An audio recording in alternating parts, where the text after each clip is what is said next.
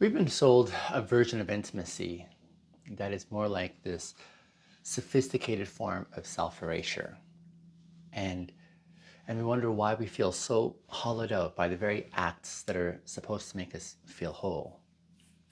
We've been taught that to be a good lover or a passionate partner, we must be willing to basically bypass our own hesitations, ignore our own discomfort, and and perform a version of desire that we think the other person expects of us.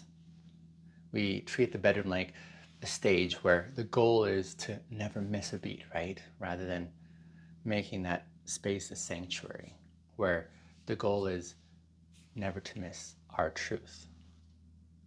But here's this audacious reality. A yes that is bought with a piece of your soul is a debt I think you can never really repay. See, when you cross yourself to be there for someone else, you aren't practicing intimacy anymore. You're practicing this high stakes trade. You're trading your internal alignment for your external approval. And in that trade, the connection is the first thing that dies. A Binteger realizes that the only intimacy that's worth having is the one where no one really has to betray themselves to show up. Anything else is just basically two ghosts who are trying to feel something through this veil or wall of performance. Bintegers is the practice of becoming whole and being seen by those around us. And we want to do this by letting what's true within us be seen by those around us. So welcome back to today's episode, our final one this month. This is the culmination of our journey through the lens of consent. And today we're basically landing on the most vital destination, and that is sex without self-betrayal. So this entire month, we've been working towards a specific definition of who we are becoming. See, I don't think we're here to become these perfect, whole individuals. See, in the sterile world of mathematics, an integer, which is the root word of integrity, is a flawless unit, right? It's devoid of mess, of nuance. But we are human beings, and the pursuit of that kind of rigid perfection is really a trap, I think, that leads to more internal division, not less. So a Binteger is an individual who's intentionally moving towards experiencing wholeness by aligning their internal values with their external actions. So we aren't trying to be flawless, we're trying to be undivided. We're trying to be the kind of man who is the same in the dark as he is in the light. And this wholeness is really sustained by our two core pillars. Integrity is the first one, which is, for me, truth that's aligned inside and out. So it's the refusal, if you will, to let a single action outpace your actual conviction, right? And the second pillar is intimacy, which is the courage to be seen both inside and out. It's this courage to let your no and your weight and your enthusiasm be visible at all times. So most of our sexual conditioning, I think, has been built on this foundation of self-betrayal, because we've been told that compromise in the bedroom is really a sign of maturity. But in the realm of the soul, though, compromise often looks like compliance. I think we've all been maybe in that moment at one point where we felt a checking out of sorts. Maybe we weren't in the mood, or maybe something just felt a little bit off. Maybe we were just tired. But instead of naming that truth, we crossed that line. We told ourselves that we should want it, or that we didn't want to let our partner down. And it's in that moment that we fractured internally. We sent our body forward into the act while our self stayed behind in the hallway. So this is the ghosting of the self, right? When you do this, you're teaching your nervous system that your internal boundaries are negotiable. You're telling yourself that your truth is a secondary concern to the result. And when you live like this, intimacy starts feeling a lot like work. It starts to feel like a performance that you have to basically get up for rather than a resonance that you can inhabit instead. So the clean yes, I would say, is the holy grail of the Binteger. A clean yes is a yes that has zero shadows behind it. It's a yes that hasn't been negotiated against the fear of rejection or a sense of duty. It's a yes that is one piece with your current reality. And to have a clean yes, you must also have a no that is luminous. You must be the kind of man who is so grounded in his own worth that he can say, not right now, without feeling like he is failing as a man. You must be the kind of man who can hear, not right now, without yourself feeling like your world is collapsing, right? And when you remove the self-betrayal from the equation, the entire viscosity of that relationship, it starts to change. You stop guessing, and you stop polishing. You start meeting them. You move from being a divided individual who's basing their worth on transactional encounters into this whole individual who is prioritizing the truth that is shared, right? Let's look at the physiological architecture of why we betray ourselves in the first place. I think it's almost always fueled by this scarcity of our worth. We think that if we don't perform, if we don't provide the experience, then we are unworthy of being kept. And so we tend to treat sex as a maintenance fee for that relationship. This is a low resolution way, I think, to live.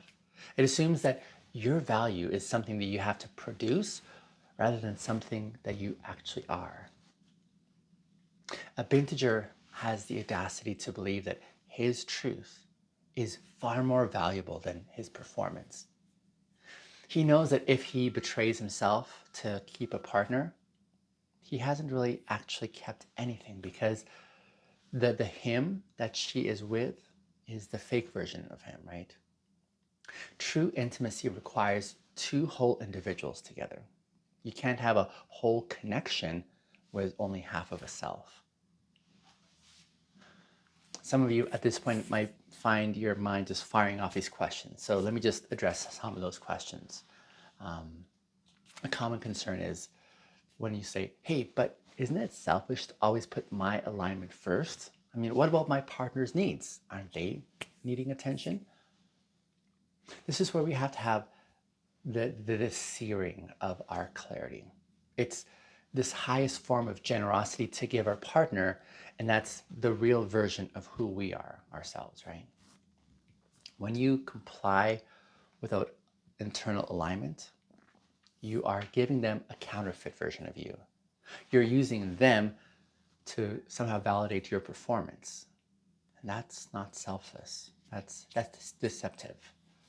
When you say, hey, I'm not feeling aligned for this at this present moment, you're protecting the sanctity of your connection. You're ensuring that when you do say yes, it actually means something. You're giving them the gift of certainty. So they never really have to wonder if you're just going along with it. They know that you're there, like you're all there when you're there, right? Now, another question that might come for some of you is, say, wouldn't this total commitment to honesty just make things feel unsexy or slow or clunky? Well, only if your sexy is built on deception. See, there's a specific kind of heat that only exists in high resolution truth. And it's this kind of heat of absolute safety. When two people know that neither of them will betray themselves to be there for each other, they guard the guardrails basically come down in that connection. And you can now surrender because you know the other person isn't faking their presence. You can actually explore because you know that a stop is always available and offered without any drama. And so self-betrayal is, I would call it the ultimate mood killer because it introduces anxiety into the field, whereas alignment is, I would argue, it's the ultimate aphrodisiac because it introduces a context of peacefulness, right? Some of you other men might be asking, hey, how do I start uncrossing myself after years of being in performance mode? Well, I'd say it starts with a diagnostic of your gut, right? You have to start listening to that internal flicker of hesitation. And for most of us, that flicker has basically been silenced for so long that it may be just a whisper. So you have to turn up the volume. So, like in your next moment of intimacy, consider scanning your body and find out, is there any part of you that is holding its breath? Is there any part of you that feels like it's acting? And if there is, that's a moment for a pause there. You don't have to blow up the night. You just have to acknowledge that shadow and maybe say something like, listen, I'm feeling a little bit like I'm in performance mode right now and it's kind of creeping in. Could you just give me just a second so I can get real with myself? This is the courage to be in real time as your integrity is developing, right? Here's an analogy to consider. A structural beam in a house. If that beam has a crack, you can paint over it and make it look smooth, right? It might even hold up the roof for a while. But the thing is, the crack is still there. And every time the pressure of life hits it, that crack gets deeper, right? Eventually, that beam will fail. So self-betrayal is that crack in your character. And every time you're crossing yourself and you're deepening that fracture. You might look smooth on the outside, but structurally you're unsound on the inside. So the Binteger is like this master builder who refuses to paint over that crack. He would rather replace that beam, which means he would rather start over in his truth than continue in the expected lies, right? Because he really wants a life that is solid to the bone. Now, there's a version of our former selves, perhaps, who was once a master of that transaction, right? That version of us knew exactly what mask to wear to get the results we're aiming for. He was safe, or he was agreeable, or he was empty, but he lived in this divided zone. Now, I'm not here to condemn that version of us. We're here to mourn him, because we realize that he performed because he didn't think he was enough without the show he was putting on. But well, we want to move from acting to inhabiting, right? We realize that the real version of us, even if it's awkward or tired or hesitant, this version of us is far more magnetic than the version of perfection that we faked. So by ending the self-betrayal, we're in essence inviting our soul back into our body. So this refusal to cross ourselves changes the frequency of our entire life, I'd say. But when we stop negotiating against ourselves, like in the bedroom, for example, we stop doing it also at work, in the boardroom, or in our friendships, or even in the mirror when we're looking at ourselves. We become this whole individual. This indivisibility is where our power really comes from.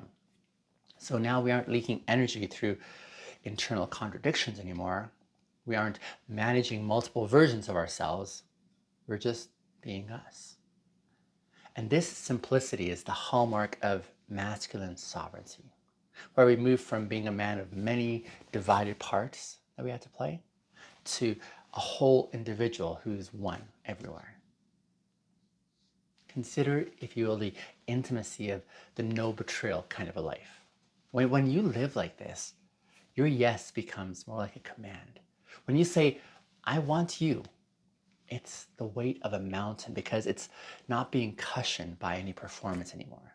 When you say, listen, I love you, it has the clarity of a diamond because it's not muddied by compliance anymore. So now your presence becomes tangible and people can actually feel your presence in the room because you're totally inhabiting your space. You're no longer this hollow shell of who you once were. You're now a solid, whole individual. And this is now the end of guessing for everyone around you. They can finally relax because they're finally meeting you, the real you. There's this visceral courage here required to stay aligned, though, isn't there? When the momentum of desire is high. And it's easy to be integrated when you're sitting on a meditation cushion, perhaps, but it's brutally hard to be integrated when your body is screaming for release, but your soul is saying, hold on, wait up, right? So this is the arena. This is where we are forming ourselves to become whole. It's where we have the courage to value our own alignment far more than the moment of intimate release. It's the courage to stop the conduction when the truth has left the building. And when you can do this, you've basically achieved a level of character that is unshakable. And now you're no longer fragile anymore. You're far more durable. So the gravity of the status quo, though, let me tell you, it'll want to beckon you back to performing alongside them, right? Because the world we live in today, we're so addicted to playing in that ambiguity, that blur zone. And if you want to play the game, that's where they want you. They want you to be easy to manage. But we've refused that zone, haven't we? We've chosen the light. We've realized that technical truth is not really total truth.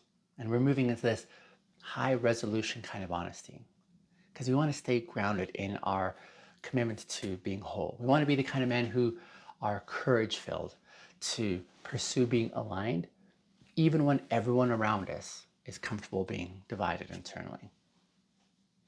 But here's how we stop this self-betrayal, okay? I think it starts with these micro alignments, these moments for micro alignment. So in your next interaction, any interaction, I want you to check the weld internally. Is what you're saying a one-to-one match for what you're actually feeling?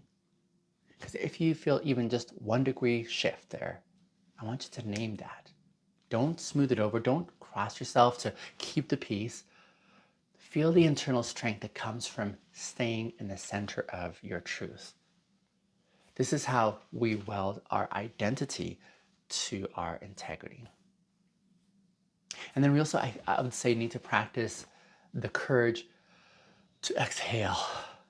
In those moments of connection, just practice letting go of the requirement to be impressive. Like breathe out the performance dynamic and inhabit your own imperfection. Let yourself be seen in your real-time reality and notice the relief that comes when you stop trying to manage your impression because you are simultaneously installing wholeness in your foundation of your life. And you're becoming the kind of man who is safe to be real with because you are safe, first of all, to be yourself. Now, there's a narrative, there's a story that says intimacy is really about losing yourself in another person. Have you heard that one? I think what we're discovering, though, is that real intimacy is more about finding who you are in the presence of another person. It's this resonance of two souls that are choosing to be whole with each other. And we're wanting to reclaim our sexual sovereignty in the midst of these intimate connections. We want to realize that our desire is not a debt. It's an extension of our wholeness. And that's how we're becoming these individuals who have a commitment to high resolution, right? Let's also look at the sovereignty of the end of this season here that we're in. See, this isn't just a conclusion to the series on consent. This is a synthesis. This is like this entire month, we've been dismantling the fragmented individual. We've looked at the yes and the no and the pause and the check-in. But what remains after all this, though? What's left when the performance dies?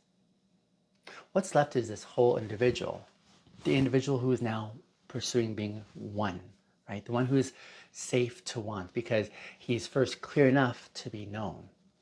He's a man who's intimacy ready because he's led by his integrity and his commitment to it. And you can't be whole if you're negotiating still against yourself. You can't be one if you are internally divided still. So my listener, this matters because the quality of your alignment is really the legacy of your life. This has been basically the heavy cargo of this season here. It's been the resolve to be undeceivable. It's been the courage to be real in a world where others are committed to being fake. A Binteger, like I said, is a man who honors the truth above the trophy he was pursuing. He's a man who is safe. He's a man who is whole. And if you want to change the world, I think you have to start by ending that civil war inside your own soul. You have to be willing to break the script so that who you truly are can actually breathe, right? So as we close this season in this episode today, I want you to look at the path that we've walked so far. We started by exploding the myths, that we once believed.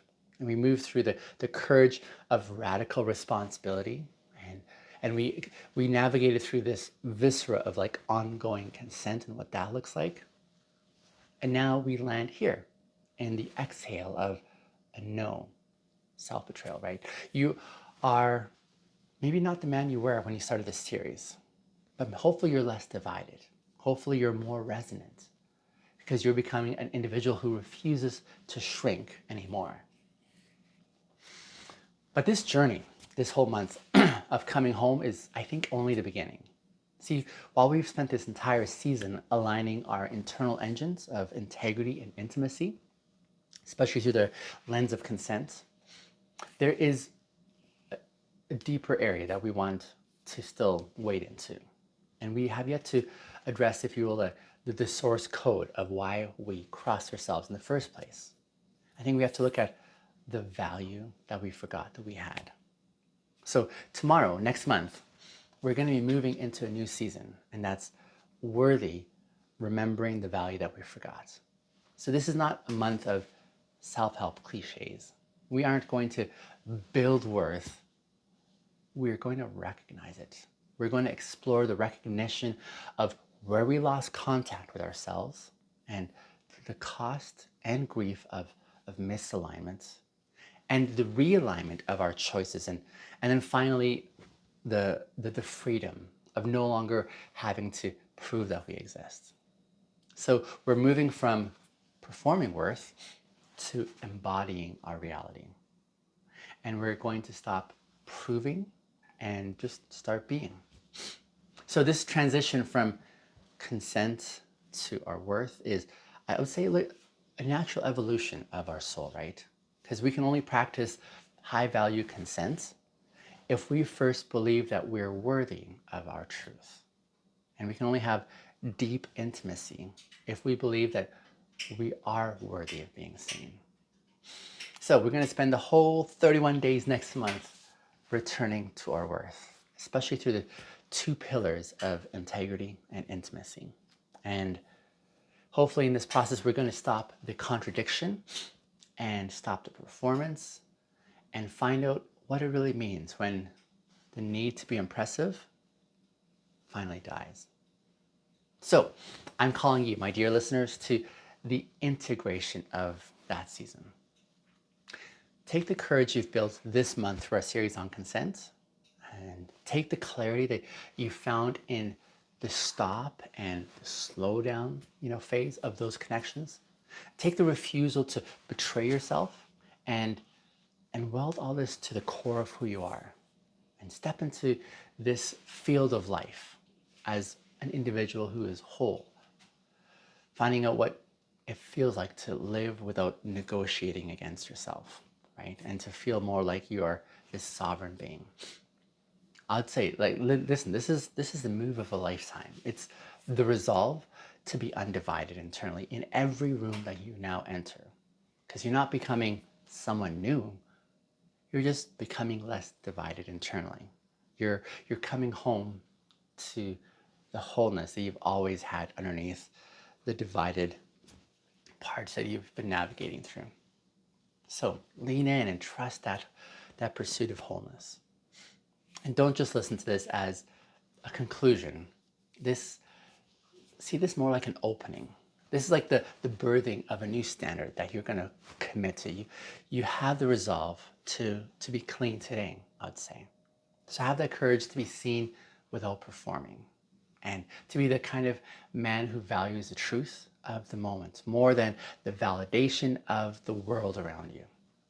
This is what I'm calling you to. This is the field where we want to engage in. This is where we prove that we are truly moving into becoming whole and Bintegers. So your performance is, yeah, it was a shadow once upon a time that served you. But your truth is now your substance. It's time for you now to stop the betrayal and to start that internal work of alignment. It's time to start, well, it's time to stop the acting just because you see yourself as worthwhile, as whole, right? Your value was never in your achievements. It was far more in your commitment to being one with integrity. So, again, just to review what we said earlier, Bintegers is this practice of becoming whole, but also being seen by those around us. And we want to do this by letting what is true within us be seen by those around us. So, yeah, this season, it's been like a calibration, right? But next season, I see that as our homecoming, where we let the blur fade and hopefully the reality becomes far more luminous, especially as it shines on our sense of worth, right? So in our first episode of next month, we will explore, I think the first episode is going to be something like when being wanted started feeling like being worthy. And in that first episode, I want to look at the moment that we maybe traded our self-value for external desire and how to begin the recognition of that value we forgot. So do come back, join me in for tomorrow's season as we engage in our worth that we may have forgot. Thanks for listening in. Appreciate you guys. As always, let me know in the comments your reflections, your epiphanies, your questions, your challenges. I'd love to hear them. See you soon.